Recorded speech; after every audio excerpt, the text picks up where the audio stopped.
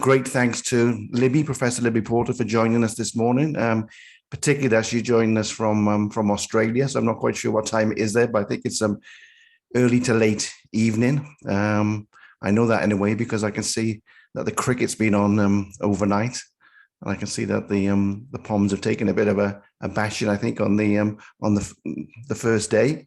So very grateful to Libby for joining us. Libby is Professor of Urban Planning. She's based at the Centre for Urban Research at the Royal Melbourne Institute of Technology. Her work is largely around displacement and dispossession, particularly within cities. And she's contributed to a good understanding really about planning and urban policy and tools. And again, especially within settler-colonial cities, and as well thinking about displacement effects with regards to urban regeneration, governance, and the politics, again, in terms of informality within cities. It's great that we can have an audience this morning with Libby. She's published extensively, and her work is highly cited. Some of her books include Unlearning the Colonial Cultures of Planning, Planning for Coexistence, and then most recently, Planning in Indigenous Australia. She's worked in planning urban practice. She's also been over in the UK. She's worked at universities, I think, Birmingham, Sheffield, and Glasgow. And she co-founded the Planners Network Unit and is trying to act as a progressive voice, that network for radical planning in the UK. And she's also an active member of the International Network of Urban Research and Action. And she's also on the editorial board. She's assistant editor for the Journal of Planning Theory and Practice, and also a fellow of the Higher Education. So again, many thanks for Libby for joining us this morning. We can have two discussants as well from the school, which is great. First, we can have some comments after Libby's presentation from Pete Mackey, and then from Andy, from Andy Williams. So we're really looking forward to the session. So at this point in time, I'll hand over to you, Libby, if that's okay. Fabulous. Thanks so much, Rob, and greetings, everyone. Good evening from Melbourne, where I am. It's just after 9 in the evening here, so good morning to you all over there. Thanks for the generous introduction there, Rob, and the opportunity to speak with you all. It's a practice of law in the place where I am to situate myself and to acknowledge really the truth of how I come to be here. So I'm speaking to you from the unceded sovereign lands of the Wurundjeri Woiwurrung people of the Eastern Kulin Nation. So the city that is now called Melbourne, where I live, is built on the lands of the Wurundjeri and Bunurong or Bunurong peoples. So I pay my respects to ancestors past, to elders present, to the people of country who've continued to care for country. So country is a term that is used by Indigenous people across Australia to refer to the life world that sustains all of us, to all of the human and non-human beings, to the skies, the planets, the water, the rocks, the soil, plants, animals, of course, and all of the humans and knowledges and law systems that are encapsulated in that life world.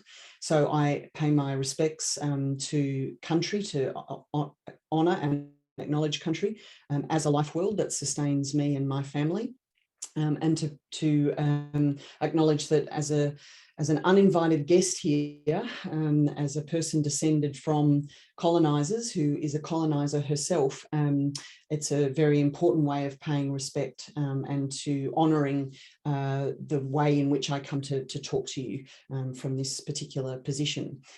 So I also want to sort of pay respects to and honour a really important and devastating, really, piece of news that we've had this week of 2 further lives lost, 2 Aboriginal people, 2 additional Aboriginal people who have died in custody just in the last week.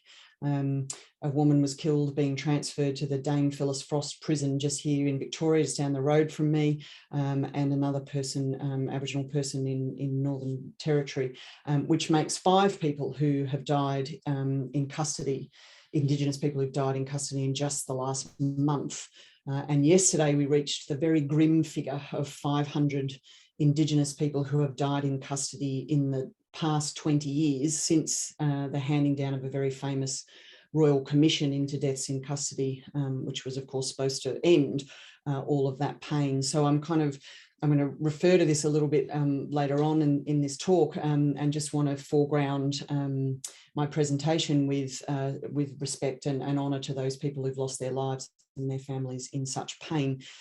Because making an acknowledgement like this to me in this place and making it in a way that's truthful is tremendously important. I mean, it's a very ugly kind of truth, the one that holds me here as a coloniser, living on lands stolen for my benefit at the very great cost of Indigenous bodies, working in an institution as I do, and a scholarly discipline as we all do, that really has subjugated, ignored, and more recently violently co-opted Indigenous knowledges, again in ways that directly benefit me. So my understanding of this practice of acknowledgement is much more than sort of mere symbol or gesture, but a practice of being in a lawful relation with a sovereignty that has always been here, with the unceded sovereignty of Indigenous peoples, and of course a commitment to telling the truth about these sort of ugly facts. And these very ugly truths are also written into the urban landscape all around where I'm currently sitting, speaking with you all.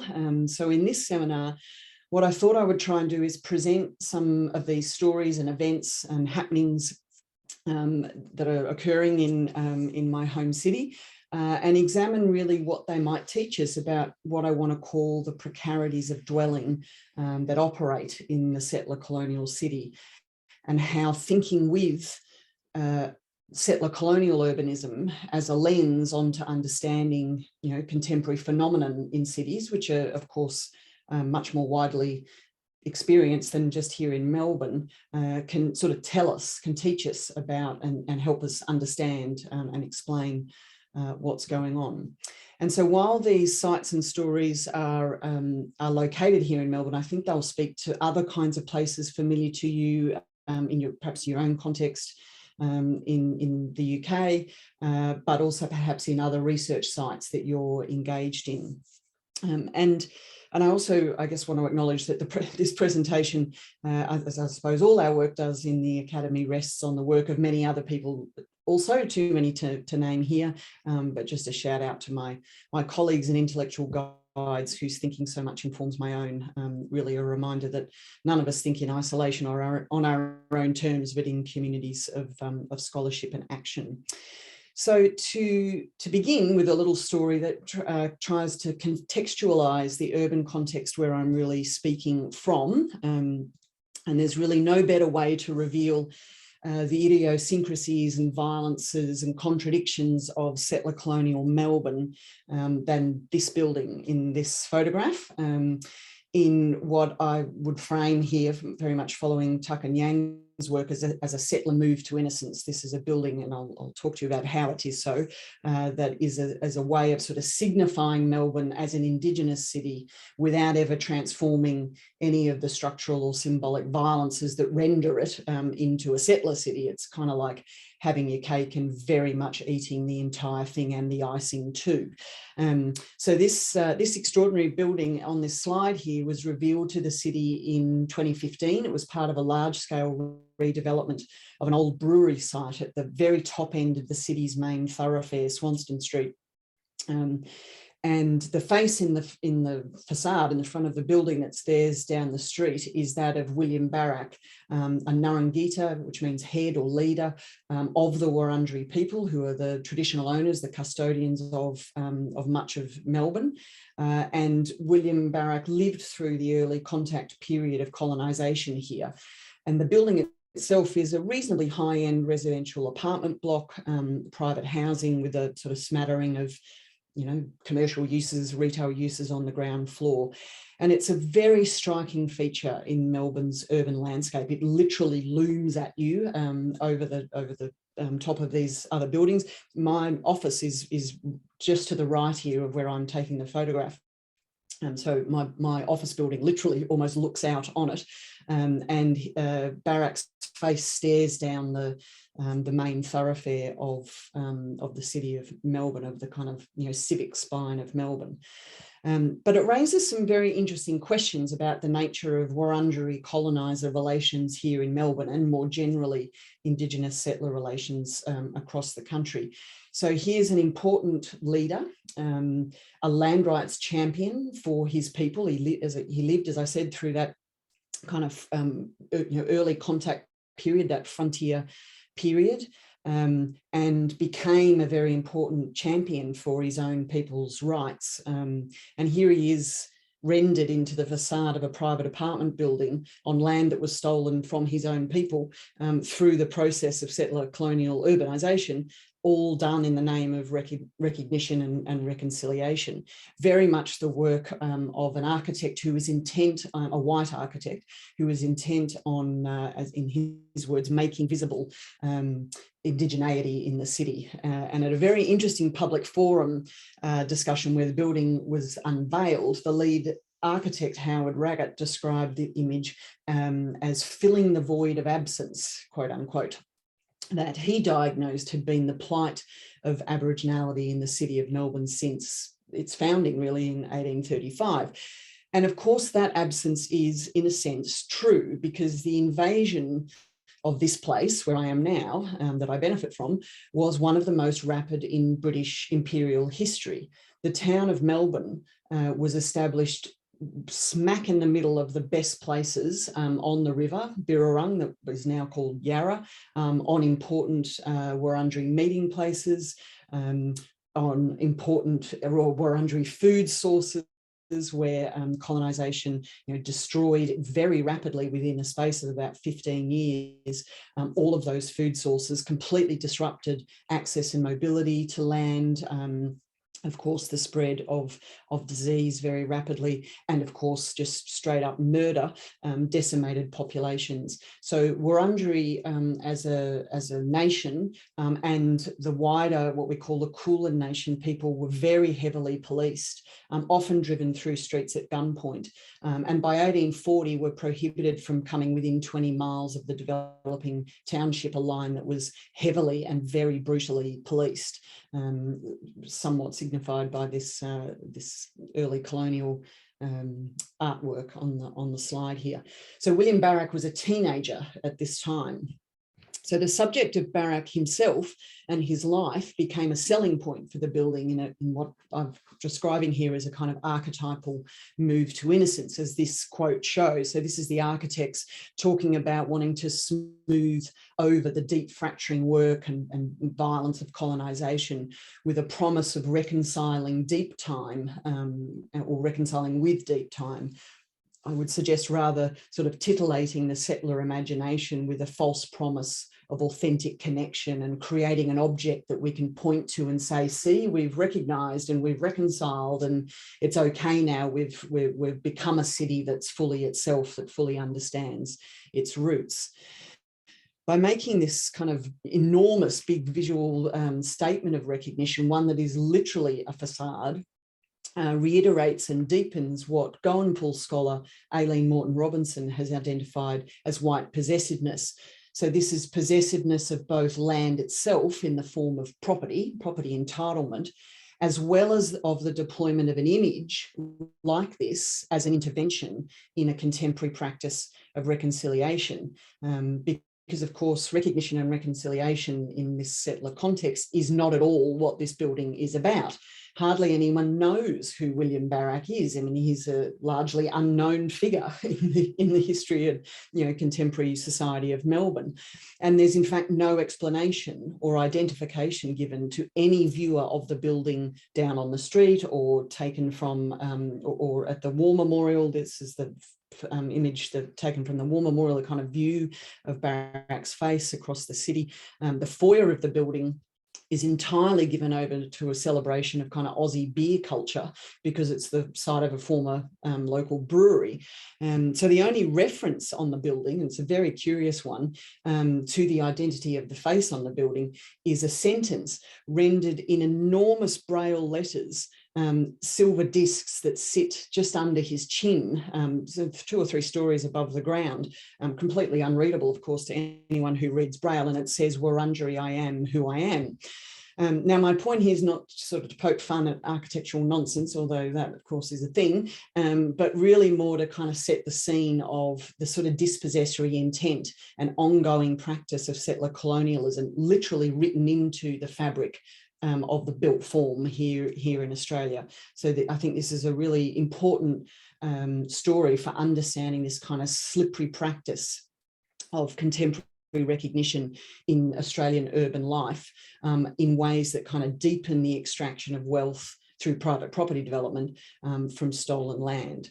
So I just wanted to kind of set that context, because I think it helps frame some other stories that I want to talk to you about in a rather different mode, because a different version of wealth extraction from stolen land is happening elsewhere around the city. And here I want to draw out a few different sort of modes and sites of displacement that are occurring across the city today. So first is a form of displacement that's quite widespread around Melbourne through the privatisation of public housing estates. So for clarity, public housing in Victoria and Australia generally is state-owned and run low-income housing. So it's housing that is both owned and the tenancies managed by the state. So similar to the difference in the UK, as I would understand it, between council housing and, say, housing associations. So we have a series of housing associations that we would umbrella under the term, as I'm sure would be familiar with you too, social housing. So public housing is the publicly owned and managed portion of that housing. And in Victoria, public housing has always been a very tiny percentage or proportion of the overall housing stock. In Australia, we've never seen fit to properly invest in public housing. We have, as I'm sure you would be aware, a deeply entrenched culture of private home ownership and a kind of social and cultural logic that if you haven't achieved private home ownership, you've sort of failed a basic test of humanity or something, Australianness or something. And so we have a thoroughly marginalised and indeed increasingly residualised public housing stock in Australia. And that residualisation has been a trend for around 20 years and is deepening now with quite wide, large scale and widespread privatisation, where public housing estates are being emptied and knocked down and redeveloped, usually with a majority of private housing and some newly built housing provided by housing organisations, housing associations run entirely by non-government providers. So this is all badged, of course, as renewal, which is a slippery old word. And in the photograph here, which is at a site in Northcote in Walker Street, just down the road from where I live. This was one of the estates targeted under what was originally called the Public Housing Renewal Program, which targeted about 11 inner city estates, all of which were deemed tired and not fit for purpose. A sort of pretty familiar story of strategic disinvestment being used to create the conditions for a new capitalisation of inner city land. So the state is strategically disinvesting through just failing to maintain public housing properties, and then 15 years later saying, oh gosh, aren't they run down? We better knock them over, move all the people out and redevelop them in this sort of public-private partnerships. So in Walker Street, Northcote, this photograph is taken there too, near where I live. As an example, this was a low-rise walk-up right on the tram line, really high-value inner city land in an increasingly yuppie gentrified area of Northcote, right on the banks of the Merry Creek, and about probably 150 metres from where William Barak, as a teenager, witnessed the signing, so to speak, of a very infamous moment in Melbourne's history, which was the signing of the so-called Batman Treaty, which was the only treaty ever struck on Australian soil between a coloniser and a First Nations group or First Nation. Of course, it wasn't a treaty at all, but it had happened just down the road from this very site, which makes me think of interesting connections between all these things. But this particular site, which is of course on this very prime real estate, it housed about 87 families It's pretty well located. All of those families have been displaced, some of them to very far off parts of Victoria, even into rural Victoria. And pardon me, it's my phone ringing.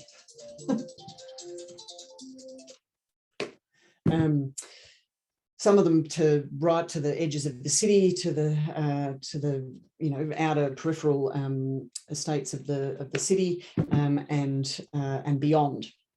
And the stress and despair and the fear and violence of facing that precarity, of literally having no choice in your dwelling experience and living under sort of imminent threat of displacement is really the reality for thousands of people across Melbourne who are directly impacted by the public housing renewal program, but also, of course, by many thousands more sleeping rough with no prospect of state provision of housing, and bouncing around between very poorly suited services or short-term crisis accommodation as this sort of apparent housing crisis deepens, rents continue to rise, wages stagnate, more and more people find themselves out of work or underemployed. It's the usual kind of story. COVID has deepened all of that, of course, and we've had a very extended couple of lockdowns in Melbourne, or few numbers of lockdowns in Melbourne.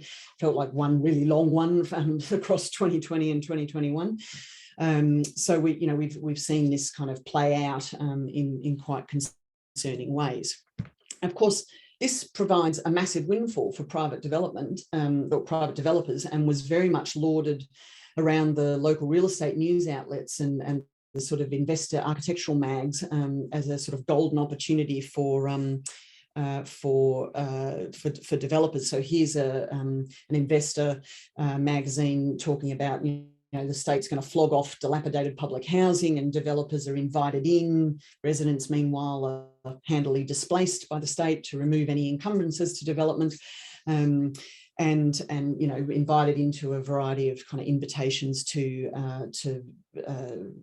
put in bids for redeveloping and so on and so forth. So, I think some of the language that's used to stigmatise both the communities and the buildings, so these are, of course, these buildings that residents have been complaining about for decades in terms of lack of maintenance. They've suffered literally through damp and mould and dysfunction bathrooms and broken kitchen appliances, destroyed roofs, walls that fall in, stairwells that are full of rubbish, all the perhaps usual features of a very disinvested public housing stock, and of course a very ubiquitous feature of buildings of this age in Australia being asbestos, which is asbestos is rife throughout pretty much every public housing estate in Melbourne. So as soon as you start touching anything, you've got all sorts of other health problems to boot.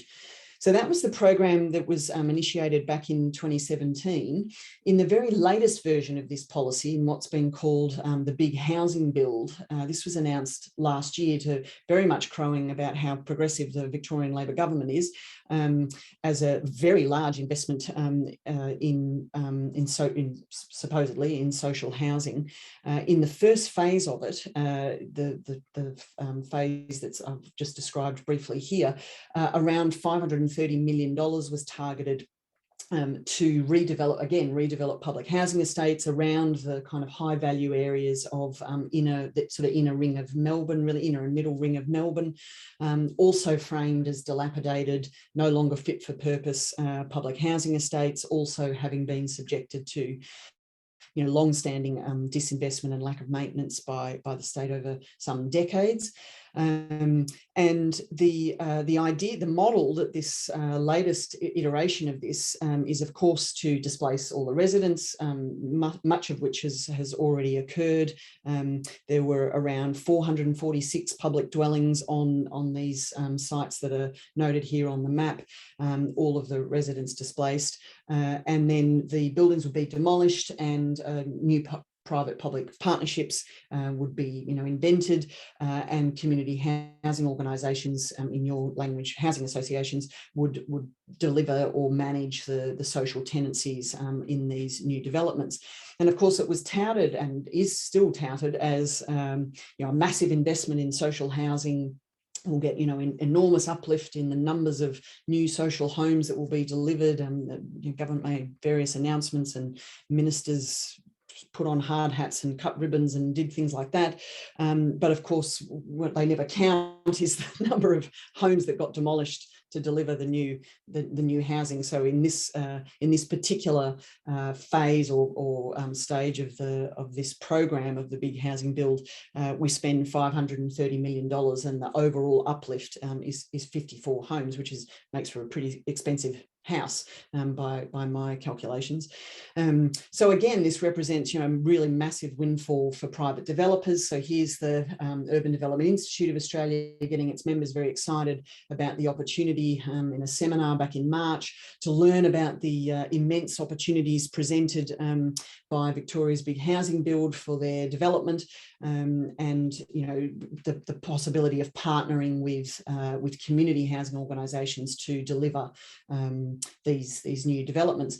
And this has been a trend we've seen really grow over the last sort of 10 to 15 years and really take pace, particularly in Melbourne and Sydney, but in other Australian cities as well. A recent example, perhaps not so much in the fully social housing space, but in the build to rent space, which is an increasingly interesting housing model that's being played with here in Australian housing policy, was a partnership between what's called Housing First, which is not Housing First, the Finnish model of Housing First, but a community housing organisation has called itself Housing First, who are partnering with an investment management firm called Conscious Investment Management to acquire housing stock in Melbourne and delivering so-called affordable housing under a kind of build to rent scheme. It's sort of still emerging as a model in Australia, but basically obviously using private funds to purchase housing with the intention of renting rather than selling the stock. But in this particular public-private partnership between Housing First and Conscious Investment Management, the management firm will purchase about 300 new, or just over 300 new build apartments for about $150 million and rent them at social rates for 10 years. Housing First provides the tenancy management aspect of that arrangement. And what the Victorian government does is make up the shortfall between the actual market rent and what the social housing tenants pay through what's called the social housing growth funds. So the investment fund receives full market rate for the renting of the apartments, which is pretty significant at the moment in Melbourne. It's a pretty buoyant rental market. And at the end of the 10-year program, the management company has the option to just end the leases of 500 low income people and convert the dwellings either for private rent or resale acquired at 2021 prices, right? So I mean, this is a massive windfall for this management company, and while Conscious Investment Management touts itself as an ethical investment manager, I suppose that's what its name is supposed to signal. It's backed by a number of co-investors. When we dug around a little further to find out a little bit more about these folk, we discovered that they're funded by the Paul Ramsay as a business. I don't know if the Paul Ramsay Foundation is familiar to you there in the UK, but we have a series of very, very high profile disputes and controversies here where the Paul Ramsay Centre for Western Civilization is setting itself up in universities across Australia. It's an incredibly right-wing sort of, I don't know whether you call it, it's a foundation, a centre set up to speak against any forms of decolonial or anti-racism kinds of ways of thinking, and saying really actually Western civilization is just fantastic and is under threat from all of those other people who say that Western civilization is a bit of a problem. So we have this kind of Paul Ramsay Centre, who's driving this stuff, and Paul Ramsay's businesses, one of which was Ramsay Youth Services, which was a private prison operator operating as a for-profit youth correction facility in the US at the center of a very, very serious sexual abuse scandal in the US a few years ago, with really appalling reports of inhumane solitary confinement and unlawful restraint of teenage girls by adult male staff in the facility. So these businesses are right at the core of the funding model of what is now funding build to rent and social housing here in Australia. So we can sort of start to see some of these lines of connection between these things. A second kind of mode of displacement that's on the rise, and I imagine this would be a little bit similar to your situation in the UK, is of course eviction. We have rising evidence of eviction here, particularly post-moratorium ending in the sort of post-COVID. Who's talking about post-COVID? We're obviously not post-COVID, but you know what I mean, post-lockdown anyway, post-long lockdown. And we're also seeing, really concerning trends of lack of affordability that's just, deepening this trend in particular, with a couple of very high profile in the news stories of people who've been evicted with no fault, and some pretty egregious practices, both by the department, by the state government Department of Housing, and also community housing organisations. And we've seen some research that suggests there's rising evictions across the whole of the social housing sector here in Melbourne, very much underplayed in a number of ways, but we're seeing some really concerning trends as noted here, where tenants in community housing, differently from public housing, are much more likely to be evicted, and we're seeing some of the bigger housing associations really driving some pretty phenomenal rates of eviction across the sector, and of course all amid very high vacancy rates across Melbourne, because property and housing is used as a bank account, and so we've got large swathes of the city just sitting empty, meanwhile people sleeping rough and being evicted from their homes and so on. Familiar trends, I'm sure, with where you are. So just to sort of make a different kind of connection here, and this is one that certainly abolitionist geographers have long noted, the relationship between dispossession, coloniality and dispossession, carceral geographies and racial capitalism as a kind of axis of evil, if you like, of forms of displacement and dispossession. And we've seen this expansion very much as well in my home city here in Melbourne, as private multinational security firms in particular become increasingly embedded in the mechanisms of the carceral state, and these relationships are becoming both more obvious and more obscure, all in the same moment. We've got state contracts with private prison operators that have a minimum population requirement, such that a prison has to be kept at 80% capacity at all times to deliver, for the state to deliver on the contract to the private prison operator, creating a structural incentive to keep prisons populated. And of course, that's what the state's doing through its police force to meet its contractual obligation to a private company, which is proving itself as a sort of essential service, and the private prison operator is banking the cash paid by the state to keep each prisoner in its complex. So each party has a kind of vested interest in a continual supply of prisoners and a continual growth of the prison complex. So we've seen massive new prison construction like this one in the picture here, as well as a recently announced just not long ago youth prison in one of Melbourne's most disadvantaged neighbourhoods, justified in government press releases and departmental websites as all about job creation and stimulating local economies and keeping communities safe, as a kind of, and a sort of post-COVID, again, there's that post-word, initiative of new urban investment, basically new urban infrastructure investment.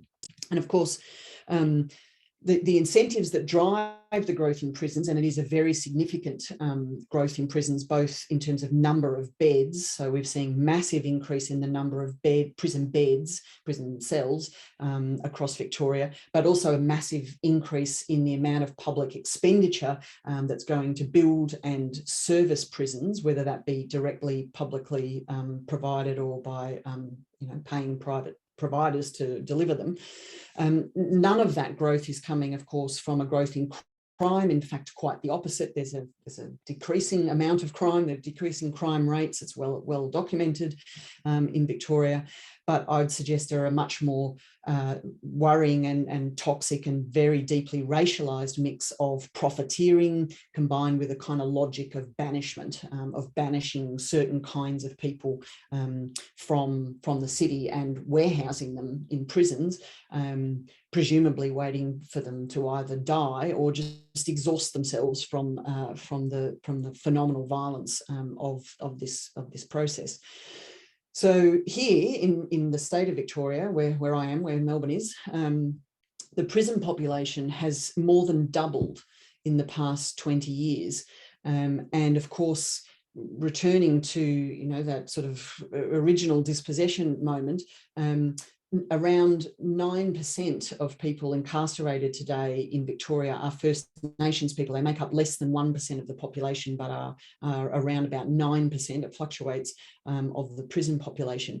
And indeed, incarceration of Indigenous women in Victoria, including the woman who died recently, just last week, has risen about 110% in the last decade. More than half of those women have not been sentenced. And again, not because crime's increased, but because there's this broader policy ecology organising dispossession and displaceability.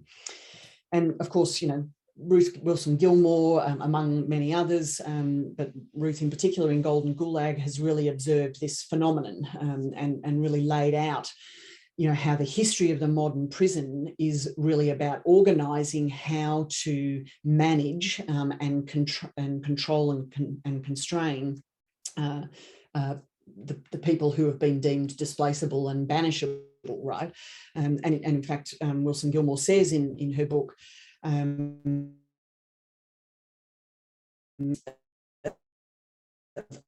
the history in Golden Gulag, who lacked formal words. That photograph I showed you earlier of people being excluded from the city. You know, there was a whole series of other regimes and technologies that were in play to manage by settlers, by colonisers, the Indigenous population. So those regimes and technologies included spatial confinement on reserves, ruthless surveillance, ruthless policing, neck chains, poison, outright murder, and so on. So the built form of the prison was pretty superfluous under those conditions. We didn't need prisons for Indigenous people in the early frontier period. We needed them for those who'd come on boats from Britain, but we didn't need them for Indigenous people because we had other mechanisms to do that. But since the period of formal rights recognition in Australia, the 1960s and 1970s, the endurance of the settler-colonial condition here really very much relies on organising the unfreedom of Indigenous people by other means. And this means is the carceral state. So this is where prison complexes, policing practices, unjust housing ecologies, criminal justice systems, these are the kind of like the sinews of the muscular political capacity of late colonial Australia. So prisons are literally generators of profit from warehousing bodies, usually racialised bodies that have been deemed displaceable. And just a reminder again of just yesterday, we reached this incredibly grim milestone of 500 Indigenous people having lost their lives in custody since the handing down of this very famous Royal Commission report in 1991. That was 20 years ago, that was designed to stop that very phenomenon. You know, of course, none of the recommendations from this Royal Commission have been fully implemented. There have been some half-hearted attempts here and there. So kind of thinking with this logic of carcerality as a kind of foundational logic of settler-colonial urbanism would teach us that, or remind us that the Australian nation state is founded on a planned eradication of Indigenous lives and lands and bodies and knowledge systems. And when we see it in that way, I think the violent machinery of contemporary settler-colonial urban Australia makes much more sense. And we can link together apparently disparate sites of carcerality and extraction and housing injustice across Indigenous lands. Now, the Australian nation state also applies these very violent logics of carcerality to other kinds of racialized bodies too, right? So a very recent example of this is the hard lockdown of public housing towers that occurred in the inner north of Melbourne in July last year, where the Victorian government unilaterally placed the residents of 9 public housing towers under a very harsh lockdown due to what was being described as a kind of explosive potential of increasing COVID cases inside those buildings. Now, the lockdown required all of the residents of these buildings to remain inside their homes, which are very, very small, poorly insulated, poorly built apartments of flats in towers for at least 5 days. Some of the towers were in much longer than that, but the minimum was 5 days. And that placed 3,000 residents under very punitive special measures that applied nowhere else in Victoria. And the lockdown, that hard lockdown, was enforced by a very significant police presence on these estates, where there were police officers on every floor with no warning and with immediate effect. So the residents of these buildings, as the Premier, I was watching the press conference when this was announced, and as the Premier announced what was happening, Twitter went mad, and people were live tweeting, recording the arrival of these police officers at the base of the building, who immediately set up cyclone fencing around the base of the building and entered the foyers of the building. So other outbreak areas in big apartment buildings, I don't know how you've dealt with this in the UK, differently perhaps, had been given like more than 24 hours notice for sort of similar numbers of cases, but in this case of public housing, there was no warning given at all. And I guess what's important to remember is that, you know, these buildings in particular, and this estate in particular, especially the one at Kensington, at Flemington, had a very long-standing and well-known issue of racial policing and very, very heavy racialized surveillance of communities in these estates. So the effect of this really sort of violent containment and very heavy policing of the hard lockdown was extremely traumatic for people trapped inside their homes. And there are all sorts of really egregious stories, much more than stories, facts, of the inability of the state to organise appropriate things like food, medical supplies, toilet paper, nappies, aspirin, asthma pumps, you name it, and it didn't get supplied. People were delivered, you know, the wrong kind of food, cold in plastic packages, stuck on their doorstep at 4 a.m. These kinds of things. Kids, of course, stuck inside their homes, unable to get out. So a really, really difficult and very traumatic set of circumstances, made much more violent and much more traumatic by this kind of long-standing racial policing of this lockdown. So this tweet here, just an indication of kind of what people were talking about at the time of this idea of, you know, the fact that the police are literally outside your door is like having your abuser contain you inside your home. And of course, the other way we do this here in Australia, this sort of racialised form of carceral logics and the use of that in housing, is by defining and constraining people seeking asylum, and defining them as non-human and subjecting them to a pretty vicious and very cruel regime of indefinite incarceration. And here I'm working from Indigenous author Crystal McKinnon, who observes, you know, this is very much a continuation of a settler state that has always relied on violent containment to create the myth of its own sovereignty on stolen lands. So from a coloniser's perspective, you know, we as colonisers, having arrived and taken over here, are clearly stating, and these are the words of then Prime Minister John Howard in 2001, who said, "We will decide who comes to this country and the circumstances in which they come." So Howard was the leading architect really of Australia's Australia's highly punitive immigration detention centre, where we lock people up mostly in offshore detention now. But this photograph was taken just a few minutes drive from my house, from where I'm speaking to you from, in a hotel where people seeking asylum had been indefinitely imprisoned inside their hotel rooms, unable to leave the hotel room. This is a system too where companies are extracting profit. We have about 230 or so people languishing offshore, and around 1,500 people languishing onshore, in onshore detention centres. Sometimes people are in those detention centres for years and decades and have no prospect of resettlement in Australia due to recent legislative changes that say if you arrived by boat, you have no prospect of resettlement in Australia, regardless of whether your claim for asylum is deemed a proper claim. So we have detention centres and prisons and violent police tactics and punitive police settings and flows of capital toward extraction and violence and decay. And I think these are some of the very granular violences that are underpinning the contemporary urban experience here in Australia. And I suppose many of them are kind of familiar to us in geography and planning.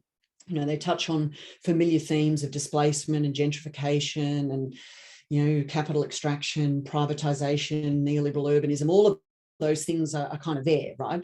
But I guess what I'm interested in here is pursuing a little bit more of the lines of connection between them and not seeing them just as kind of conventional forms of housing crisis or racial policing, but is to really understand them from the perspective of both Indigenous sovereignty and what an Indigenous sovereignty lens would ask us to look at in a settler-colonial urban context like Melbourne. And here I'm very much working with the work and scholarship of Indigenous people here and elsewhere who've been asking us to understand very different understandings of place and belonging for a very long time. So in learning with those, I think they orient us to what I would argue is a much more appropriate explanation and theorization of the phenomena that I've just tried to talk you through of where I'm located. So one of those phenomena is a precept. Kombumerri scholar Mary Graham talks about this as an Indigenous philosophy with two kind of precepts or two principles, that the land is the law and that you're not alone in the world.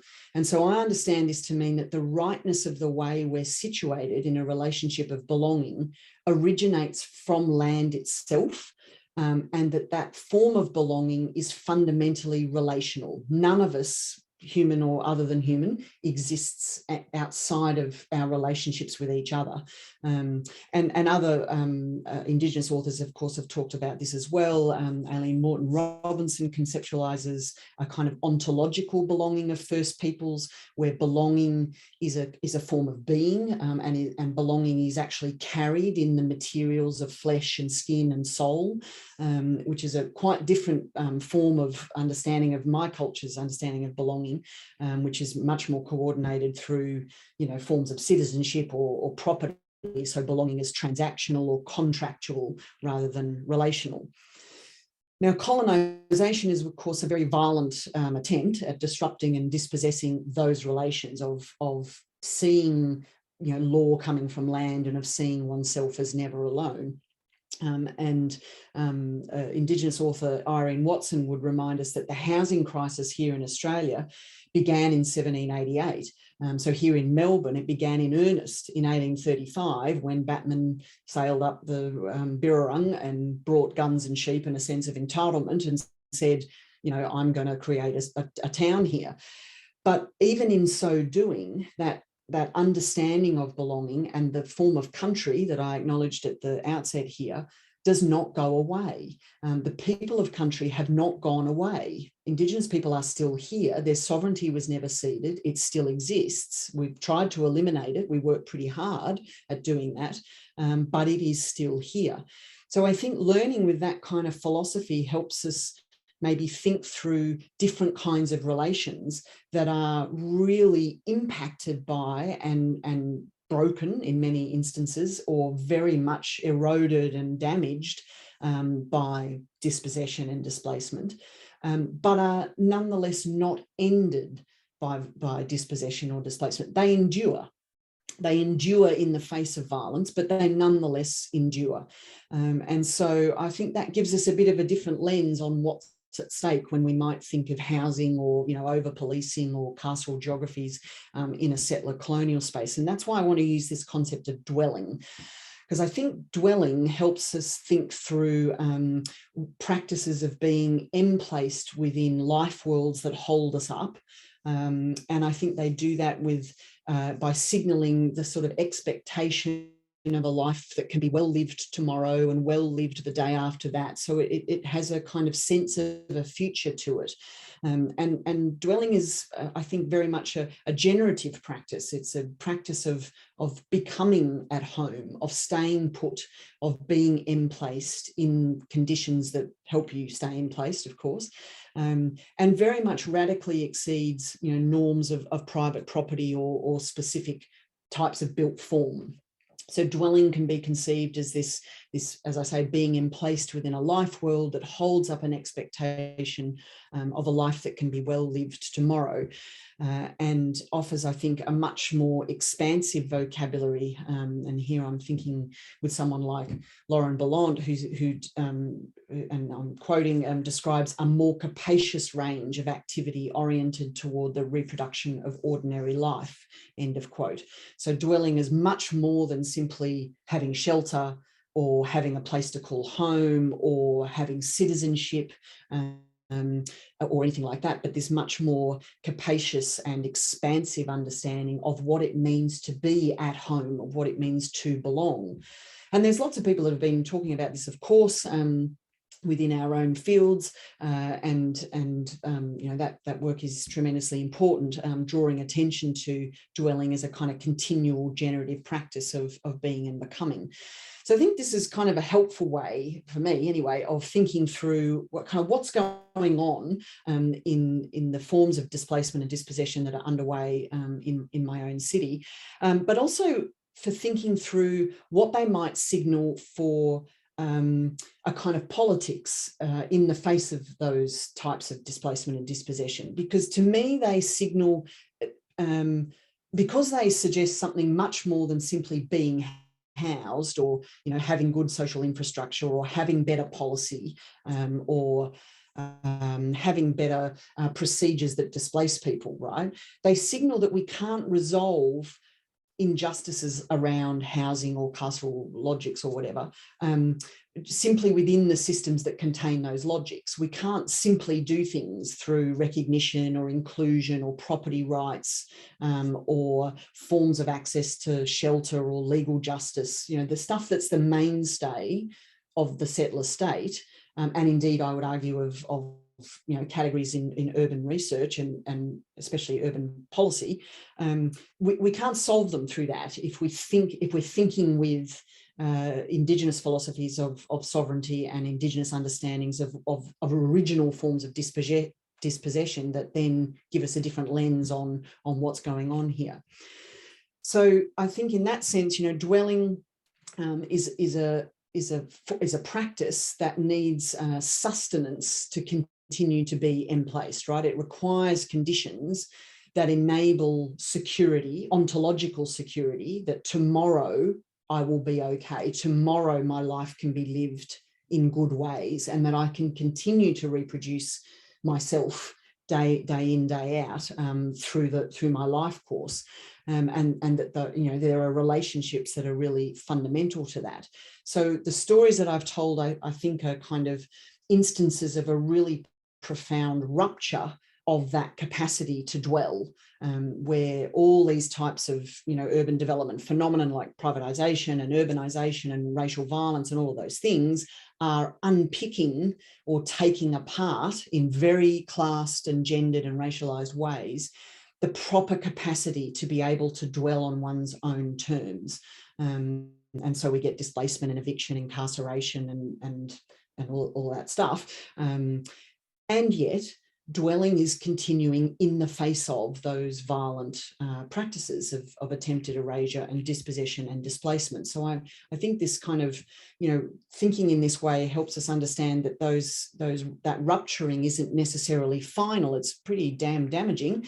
It's final for some people who lose their lives to it, but isn't necessarily final, and instead might just sort of place people in suspended states of temporal uncertainty, what, say, Oren Yiftahel would call grey spacing, and we might think of those as kind of precarities, right? Precarities of dwelling. So here I'm thinking of precarity as a sort of distinctive set of circumstances of our contemporary moment. Again, referring to what Bellant would call dissolving assurances or cruel optimisms about a life that's pretty much rendered impossible because none of the conditions for you to dwell properly are now holding you in place. They've all been ruptured or severed or punctured into. And so we can think of those as sort of creating precarities of dwelling, where the conditions of security and emplacement are rendered unstable or uncertain, or in some instances are completely broken or destroyed. So connecting that back to Indigenous philosophies and the settler-colonial condition, it becomes, I think, much clearer that these forms of displacement and dispossession are not just sort of recent events, but are in fact constitutive of the settler-colonial urban condition. Like they are part of what makes a settler-colonial city actually function in the here and now and into the future. So when we see that relationships between people and place since invasion on this continent have been structured through regimes of property that render some bodies as those who will belong, usually white bodies, and other bodies as fundamentally displaceable that can be warehoused, banished either to prison or to death, or to be placed, offshore somewhere or in outer peripheral estates or so on, helps make sense of these sort of contemporary urban phenomena in a place like Melbourne. And this, of course, affects First Peoples, Indigenous peoples first, and it's a logic that organises other ways of coordinating relations of belonging and who will be deemed displaceable and who will be deemed to belong in those kinds of contexts. So I'm not suggesting that there's like direct equivalence. It's not to say that to experience displacement or eviction makes one Indigenous or renders the same Indigenous dispossession, not at all. Of course not. But I think it's helpful to learn with ways of thinking about this offered by a lens of Indigenous sovereignty as never having been ceded, because it gives us a kind of different first question. The first question isn't, is that capital? The first question is that coloniality? And indeed it is. So it means we conceptually and methodologically grasp a relationship with the displaceability of First Peoples first, and then we see a kind of linked geographical and temporal relation that creates different kinds of expressions and experiences or vectors, if you like, of precarity that just sort of expand across populations in different kinds of ways. So I guess I just want to draw to a close because I'm conscious of time, and just to say, dwelling precariously doesn't kind of come from nowhere. It has material and policy contexts, and some of the work where I'm trying to take forward, hopefully over the next few years, is I'm very much inspired here by the work of a wonderful policy anthropologist, Tess Lee, who describes and identifies policy ecologies that sort of hold up and structure and energize into the future conditions of displaceability through all sorts of different policy formations and sort of hauntings of policy that have lived on through new kinds of iterations of different policy regimes, and I really want to sort of look at that over the next few years and try and understand really what's at stake here in the settler colonial city, because I think there's an awful lot at stake in the settler colonial city. So I think these standpoints of Indigenous sovereignty give us an entirely different lens on things like, the renewal of public housing, which is a category that we now see relies entirely, public relies entirely on the continued theft of Indigenous land and the continuation of an illegitimate colonising state to hold up public land as a category that we can call, public land or public housing. So public housing then is a complete paradox on stolen land. It's only public in the context of colonisation. It's stripped of the relationality that Indigenous sovereignty would demand, and it's made available only to certain kinds of people deemed, sort of recognisable or worthy.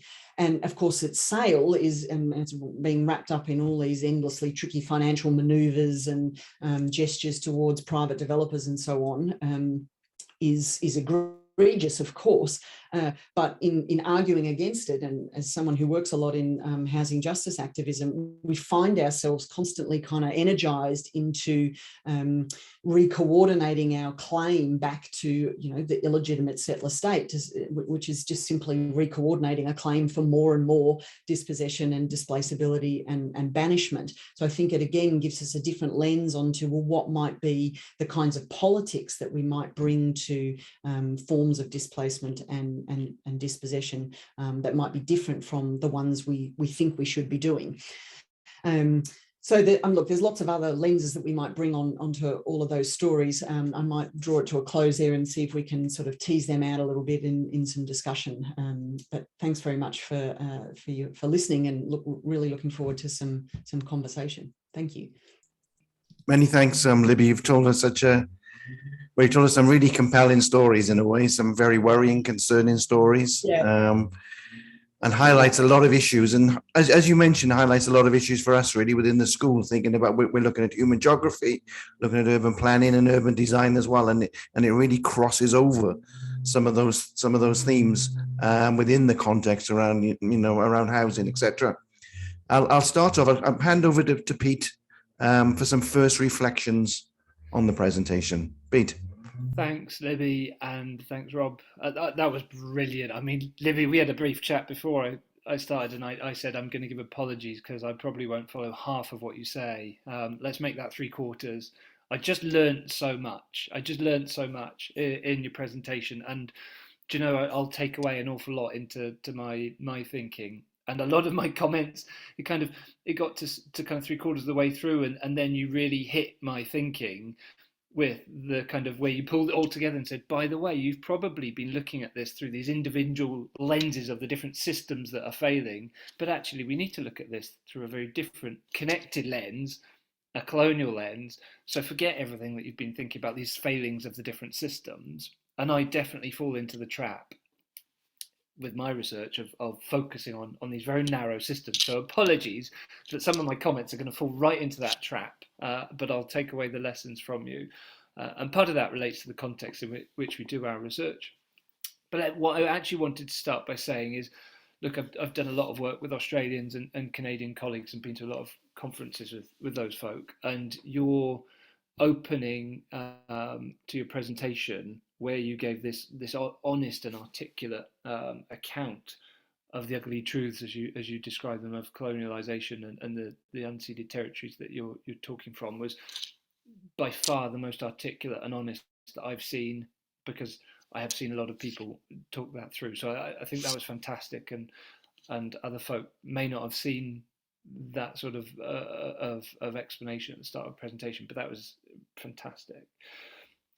And I also do love the lens that you're taking.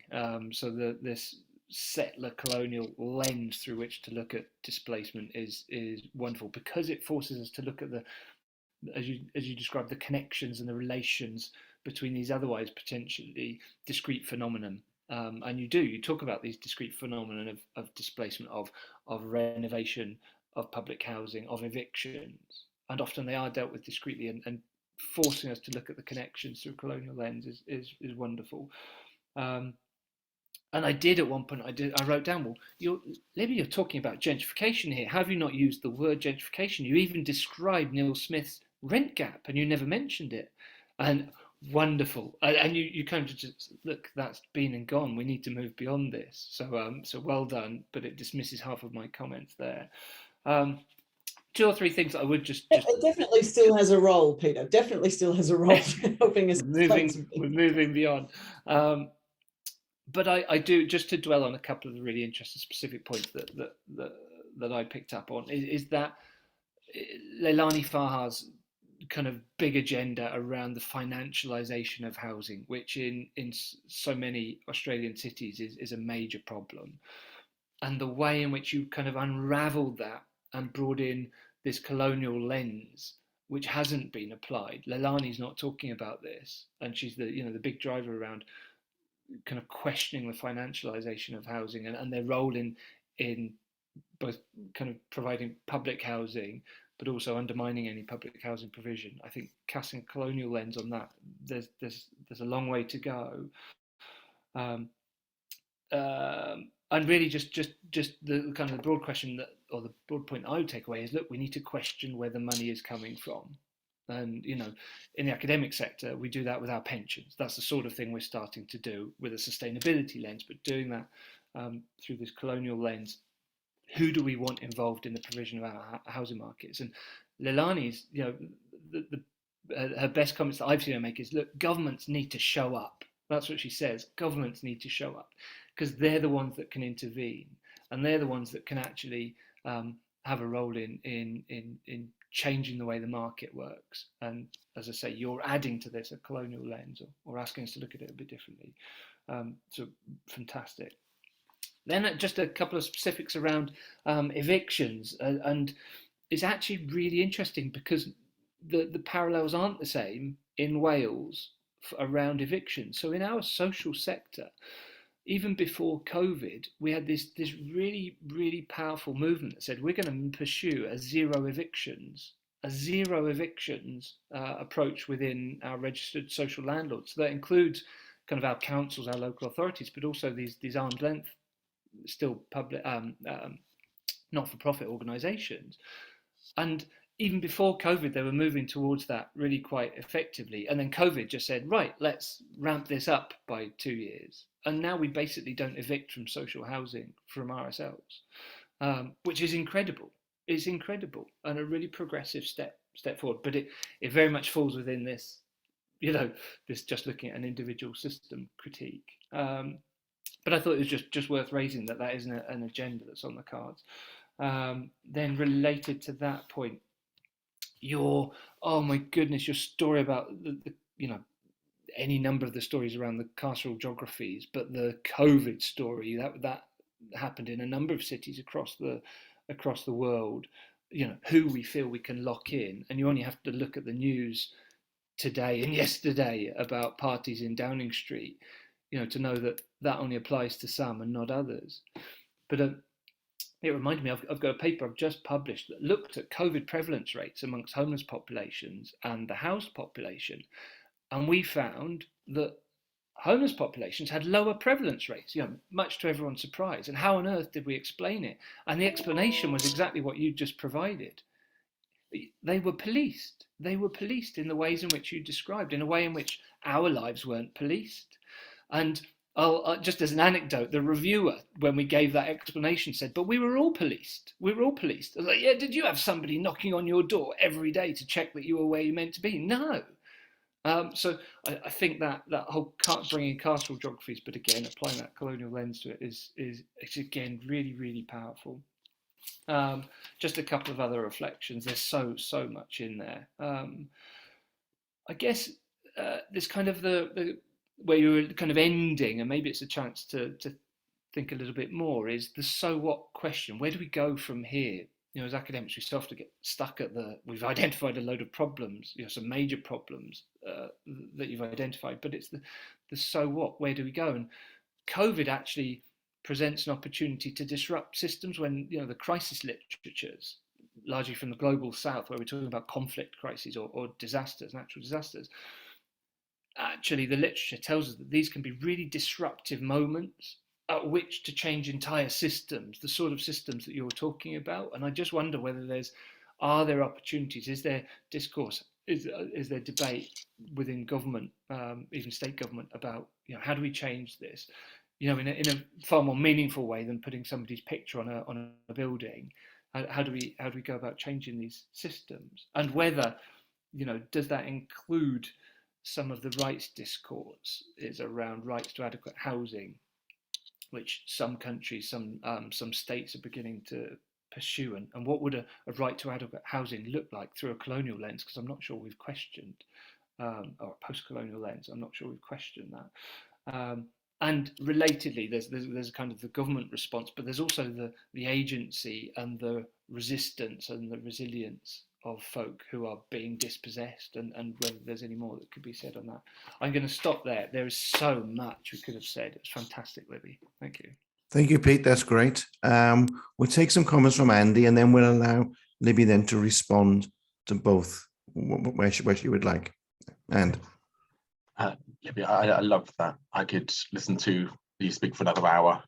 I'll keep my comments really short, and just want to say one point about the underbelly of eradication and how care figured in that discourse of like care and civilization. And I think my question is about the housing associations and the charities taking on these new kind of housing projects and their own entanglements in settler colonialism through, you know, as beneficiaries of colonial extraction, those legacies, like kind of organizations like the Salvation Army, which were kind of key, kind of part of the missions in this land, and got a lot of real estate in the late 19th century, and how the kind of a lot of the infrastructure which they rely upon in Australia and elsewhere is entangled with that kind of colonial extraction. But I just want to say it was excellent talk and lots of food for thought. So we'll take some immediate responses from you, Libby, then perhaps just open up to the floor then to see if there's any other comments and questions. Oh, sure. Thank you. It was so lovely to have respondents. I really appreciated that. It's nice to hear those things kind of reflected back. I mean, not much to respond other than yeah, and yeah, and yes. I agreed. all of the above. Would love to talk more about those kind of questions about disruptive moments and what opportunities we have. I feel like they're not on the table here. There was a little glimmer of a moment, but I think that moment may have passed, at least in the kind of mainstream public discourse here in Australia, at least. It's very much a kind of return to normal kind of logic, you know, and everyone wants to say, but normal wasn't that good. So could we do a little better? But that has very much fallen away. I'm curious to hear how it is where you are too. And thank you for the info about Wales and zero evictions. I'm going to go look that up. Peter, if you could send me info on that, I'd really appreciate it, because I can feed it on to folk here in their campaigns. But I'd really more like to hear what others have to say and thoughts. Can we take some other questions or comments? Just either put your hand up either physically or virtually. Jill.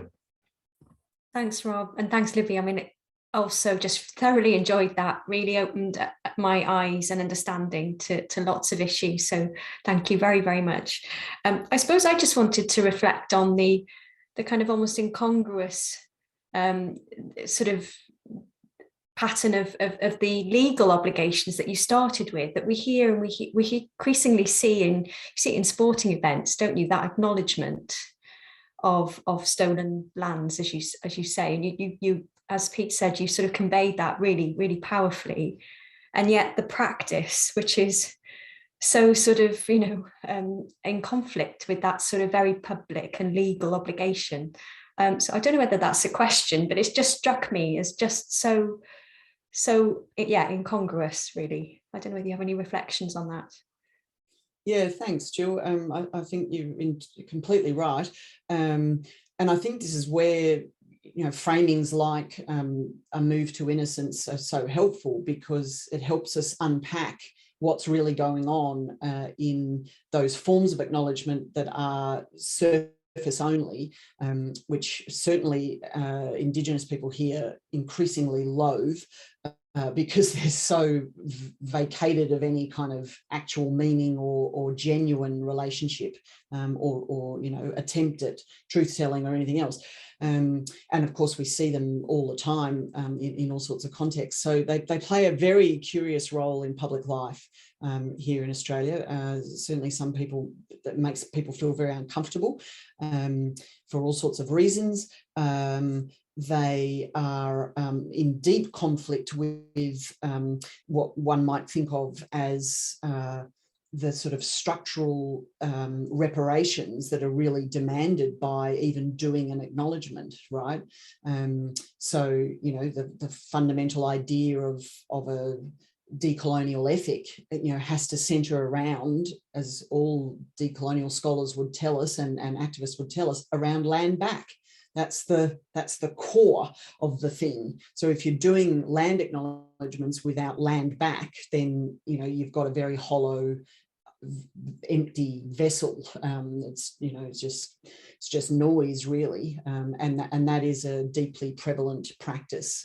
Much like the, you know, William Barrack's face on the front of the building. Here's a grand acknowledgement, but let's not do anything in the building itself in terms of repairing the damage of colonisation to allow that building to get built in the first place, and to allow that white architect in the first place to think he was entitled to put that person's image on the front of the building. So there's so many levels of that. So thank you for noting it. It's really important. Yeah, thanks very much, Libby. That was absolutely amazing, and just made so many notes. I ran out of paper almost, so it was fantastic. I'm just wondering if you could talk a little bit more about dwelling as a concept, and also maybe some of the problem of dwelling as a concept. When I'm thinking of dwelling as a concept, I'm thinking of Heidegger.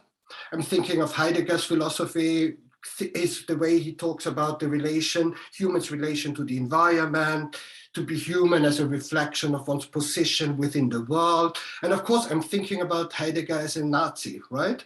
And the way his philosophy has been so susceptible to Nazi ideology, which makes me think, I don't know if this is something that is interesting for your work, and I don't know if you're going back to Heidegger, if that is anything of interest to you, but I'm just wondering if that kind of like, focus on, when you talk about land is the law, you're not alone in the world, this relational understanding. I'm just wondering if there is a danger in a fascist or far-right co-option, really kind of like occupation of that kind of like very same philosophy and thought towards a completely different or the opposite end, obviously. So I was just wondering if you could talk a little bit more, maybe also kind of like what the dangers or at least the limits of that conceptualization of dwelling do you think might be? That's a fantastic question. Thanks, Gunther.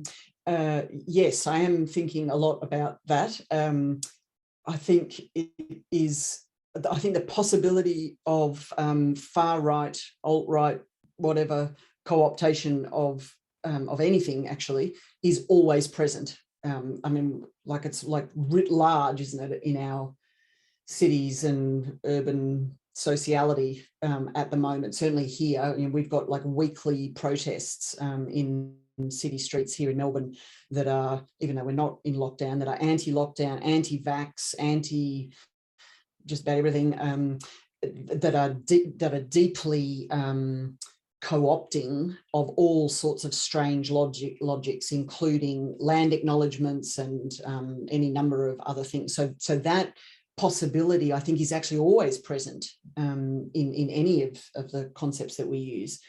In terms of my thinking about dwelling, so, I mean, yes, I've gone back to Heidegger to decide that, no, I haven't gone back to Heidegger, I suppose is is the way I'm thinking about that. So I've kind of gone there and gone, no, not that. Although there are kind of resonant themes, I suppose.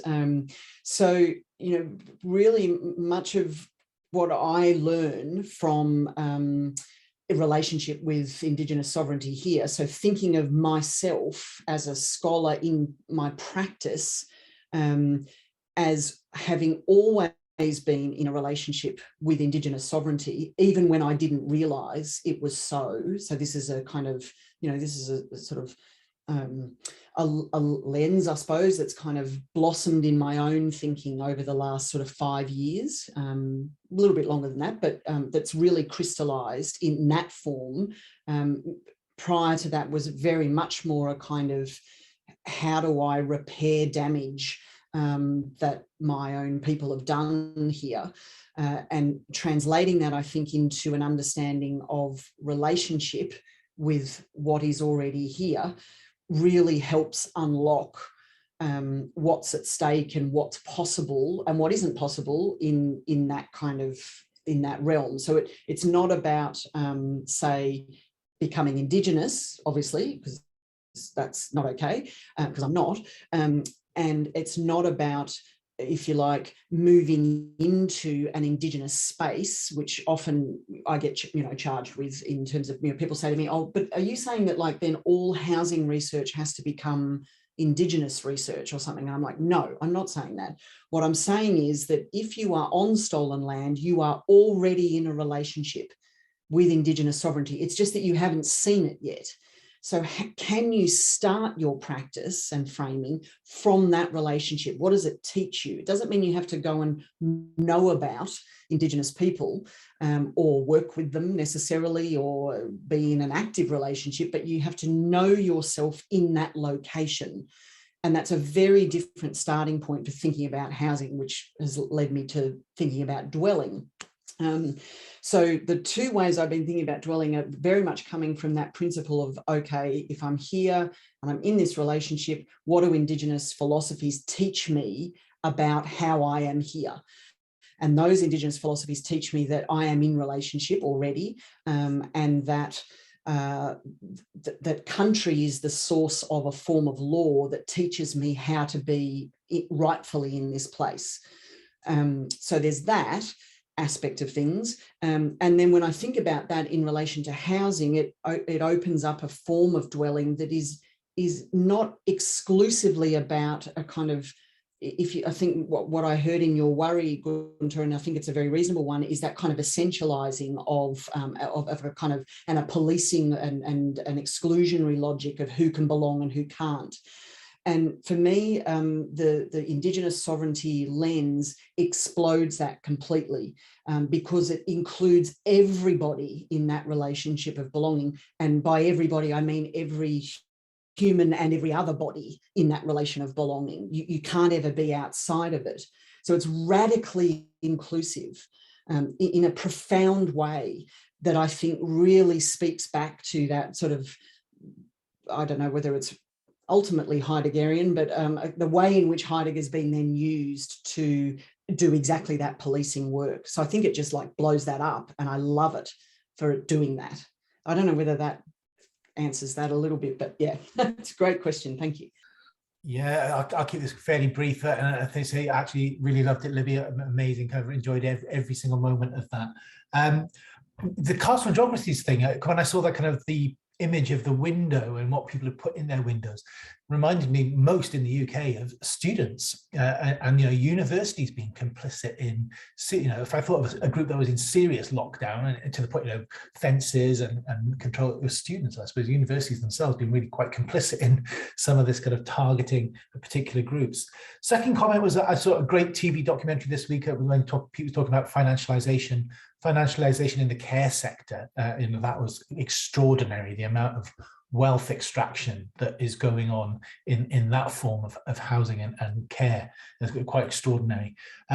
Final point was kind of nice to see kind of Oren Yiftikal's work, and I kind of always like when he kind of talks about deeply divided societies, and I suppose in working in Wales and the UK, kind of flipping it to less deeply divided societies. I think one of the issues that we can turn maybe some of the concepts, very different scale, very different orientation, is language in Wales. Some really live policy issues at the minute about how does one deal with sort of settling in kind of rural communities that kind of has the potential to undermine local economies and kind of diminish the Welsh language. So yeah, kind of very, very different context. But I thought kind of taking something where racialized, not racialized kind of context, but nevertheless, I think that's what Yiftikal says. Kind of often far more subtler forms of these things going on in other societies. So yeah, I thought it was fantastic and really enjoyed every moment. Thank you. Thank you, Neil, for that. Thank you, Pete. It helps us do this. And Andy. But most of all, obviously, thanks to Libby for taking the time this morning, particularly at the awkward time. We normally have a bigger audience, but because there's some teaching this morning, we normally have it later in the day. But I think it was a good audience. It was a very much engaged audience. As we say, it was a powerful and compelling presentation. Hopefully you'll remain a friend with the school and maybe continuing the conversation, I think, with some of those who are working in the area as well. So many thanks again, Libby, and to everybody. And have a good afternoon, and you have a good evening, I will. Libby. Yeah. Thanks, Libby.